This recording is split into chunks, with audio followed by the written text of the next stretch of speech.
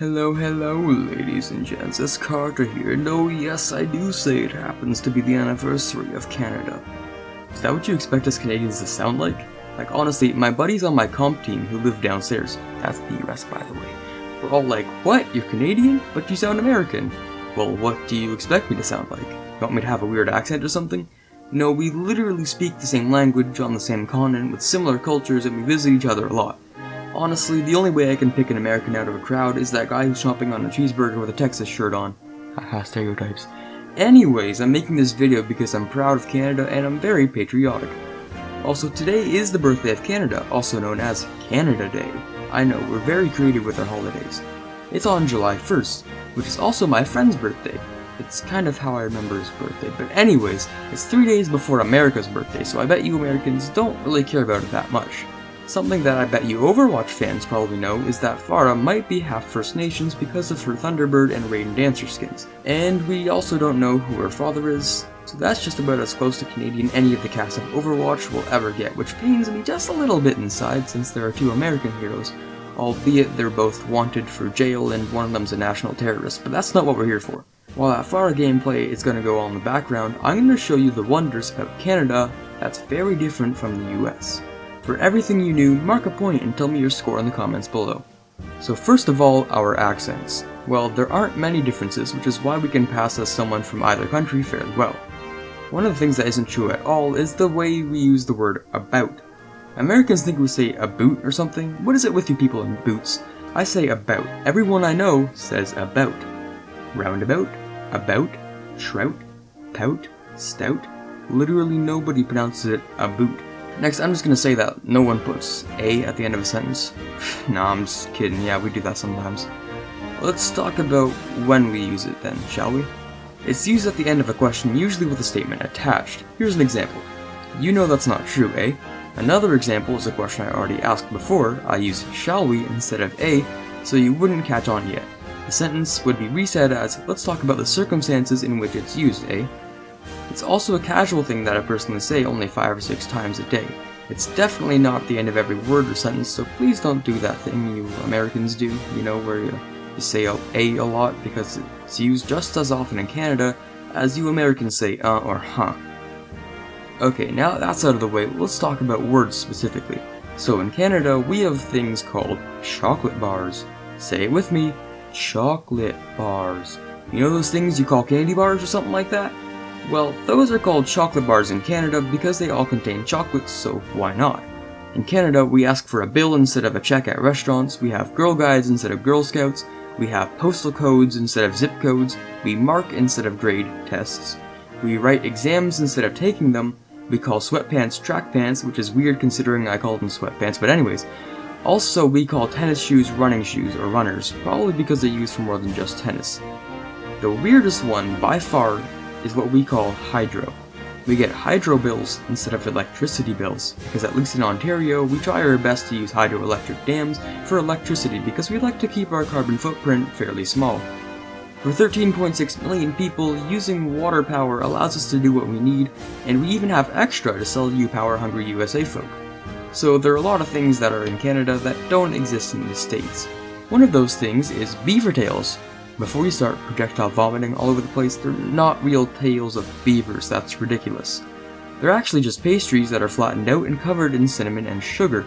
They're called beaver tails because they resemble the tail of a beaver. I know, amazing, right? They're flat, long, and wide. They're absolutely amazing, and if any of you Americans plan on coming up here to help celebrate our 150, definitely try one. They come in lots of flavors, but even the most cultured of Americans aren't prepared for anything but the classic.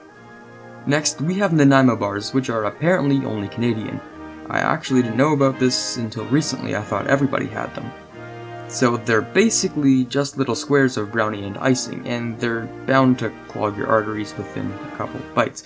But pick up a box while you're here. You can find them at a store called M&M Meats, which sell nice cuts of meat obviously, but also sell treats and stuff.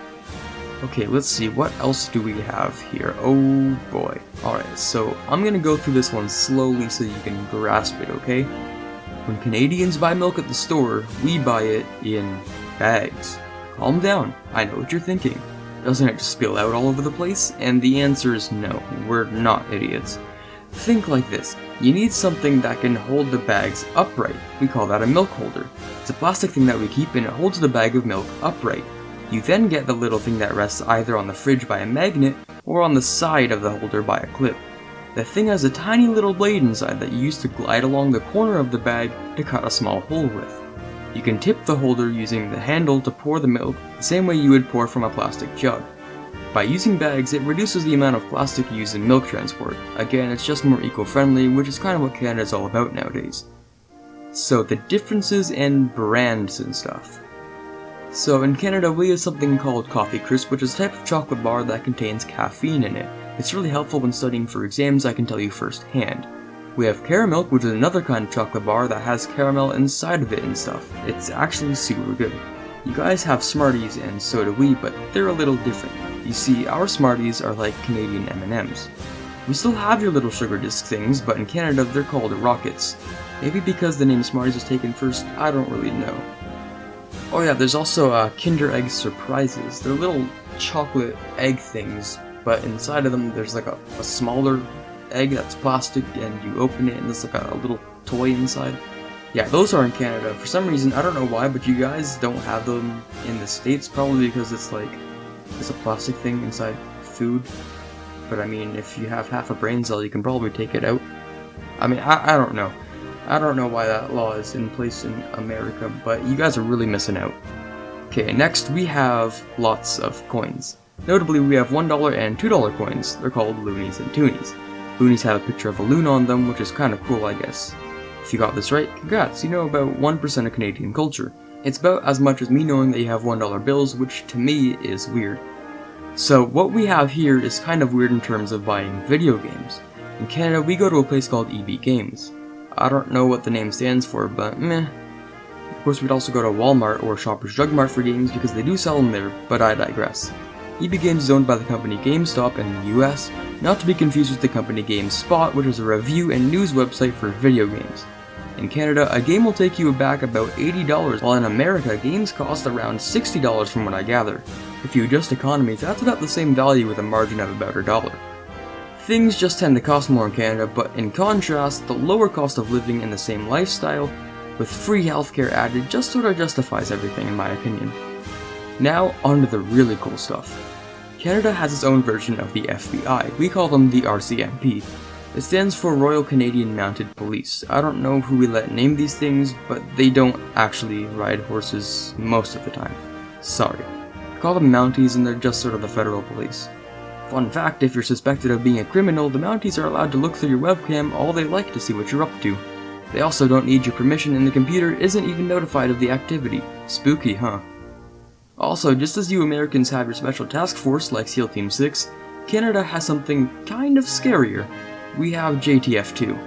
You know, those people that you can play as in Rainbow Six Siege expansions? I don't play Rainbow Six Siege, but anyways. JTF2 has recently broken the record for the longest confirmed sniper kill just last May. It was 2,540 meters or 2.54 kilometers. In Imperial, that's about 2.2 miles. To put that into perspective, the longest confirmed American sniper shot was 2.3 kilometers or 1.43 miles. Just kind of putting it out there that although we don't have a huge military, our special task force is very scary and one of the most revered in the world. I know what you're probably thinking right about now. I've never heard of them. Canada doesn't even have guns. Firstly, they're probably the most classified task force in the world. You barely hear anything about them, and the last thing we ever heard from them was the sniper kill thing. Secondly, if you get a gun license in Canada, you can actually own a Colt AR-15, which are scary military-grade rifles. I think it's better to have very specific gun licenses in Canada rather than just letting 11-year-olds pick up rifles. That might just be my opinion. Well anyways, that's about it for today, ladies and gentlemen. I hope you enjoyed the video, and if you did, don't forget to leave a like. Today was a little bit different of an episode, and I'll be back tomorrow for regular Overwatch content. That's it for me, Carter out.